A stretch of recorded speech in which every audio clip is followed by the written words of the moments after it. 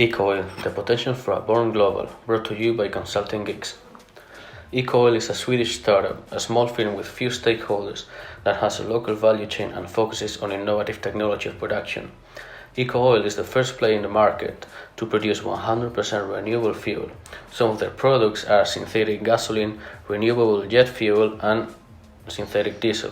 The company aims for a more sustainable future by providing 100% renewable fuels and reducing poverty by creating job opportunities. Firstly, we'll talk about firm-specific advantages. The technical advantages are innovative technology, patented chemical process, transferable production, and minimal monitoring needed. The human resource advantages are high-skilled employees and good manufacturing capabilities. Competitive advantages as being the first mover in the market, economies of scale, and availability of product to customers. Branding advantages like sustainability and circular economy, and financial advantages like government grants for research and development. Moving on to location choices. We chose 2 countries to expand to initially based on the company's strategy and goals to help reduce pollution and alleviate social inequalities, plus the localness of the value chain. We had to consider the production of sugarcane as it is a critical raw material component for our ecofuel production and landed on countries with extensive sugarcane production.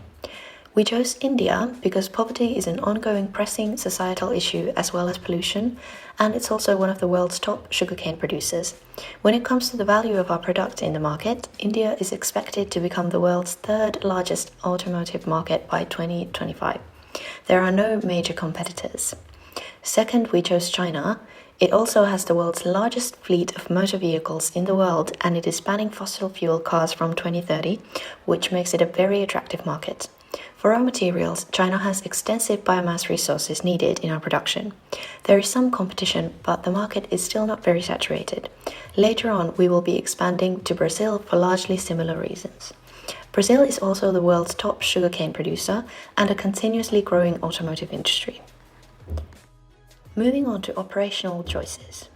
We posit that the aim of this business strategy is to make eco-oil more profitable by keeping management costs low and outsourcing tactical activities to best maximize profits. Functions to own would be production of the product, research and development, human resources, and administration.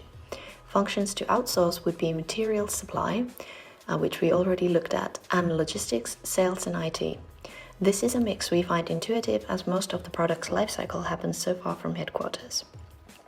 In this strategy, it is important to find partners to co-create value with. The different partnerships and collaborations we thought of can be viewed on the screen. Factors and KPIs for a successful relationship in the value chain include multifaceted development of understanding, reviewing and monitoring practices with regard to suppliers. With customers, communication and data collection, personalization and loyalty building are crucial. Now we are going to talk about the strategy transformation that considers eco-oil's international expansion. For the first 2 years, we are going to expand first in India and then in China. By targeting only 2 big countries at the beginning, the company will be able to establish a well-known brand among suppliers and customers. For year 3 and year 4, the company will expand to other countries. For year 5 and on, the company will also have to consider expansion in first world countries. Then, talking about organization framework, eco-oil starts from an export-oriented strategy to a multi-domestic strategy. Then, talking about organizational structure, as a first step, we divided departments and made a structure clear in order to hire staffs in the different business areas. As a second step, we divided home division with international division in charge of coordinating operations with partners offshore. Economic business model canvases. I would like to bring out the key partners that will be raw material suppliers, sales and marketing partners, car industry players, local logistic companies and IT experts. The key activities will be the production. Our main value proposition will be a more sustainable future, providing 100% renewable fuels, creating jobs in smaller municipalities and reduce poverty. The key resources will be innovative technology, skilled employees, manufacturing capabilities. Channels will be wholesale and direct retail, and the customer segment we are targeting will be gas station, distributors, and the government. The cost structure will be materials, production cost, ethanol plants, expansion cost, research and development, HR, administrative costs, sales, logistics, IT. Revenue streams: sales business to business and business to customer, advertisement, funding, government and investors. Environmental life cycle business canvas. Suppliers and outsourcing. Supplies will be raw materials and outsourcing will be for logistics, IT and sales. Production will be more sustainable and more local. Materials will be for production side, metals, plastics. Functional value will be 100% renewable fuel and higher quality gasoline. The use phase will be 5 years, same as the end of life cycle.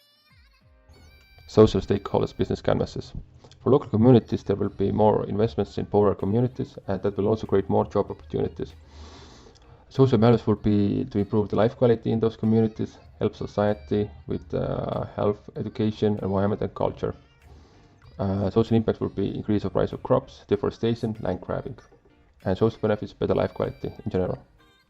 In the end, we tried to make financial estimations of our expansion strategy. In particular, we calculated the gross margin of the new and growing units planted first in India, China, Brazil, and then in the rest of the world. As far as revenues are concerned, we considered a full saturation of the production units, and then the mean of gasoline prices in the last 12 months in the areas taken into consideration. To meet the demand, we decided to calculate costs by producing around the 50% of fuel requested in the markets chosen. Furthermore, we made assumptions based on research input, material prices, ethanol plant purchasing, and fixed costs such as administrative ones. In the end, the gross margin results positive and increasing exponentially through the years. Even if there is a positive result, it is necessary to find stakeholders who want to invest in EcoOil's future and make their expansion possible. And of course, it is important to further explore new markets to exploit more economies of scale deriving by the increasing number of units used for production. Thank you for the attention from the consulting Geeks.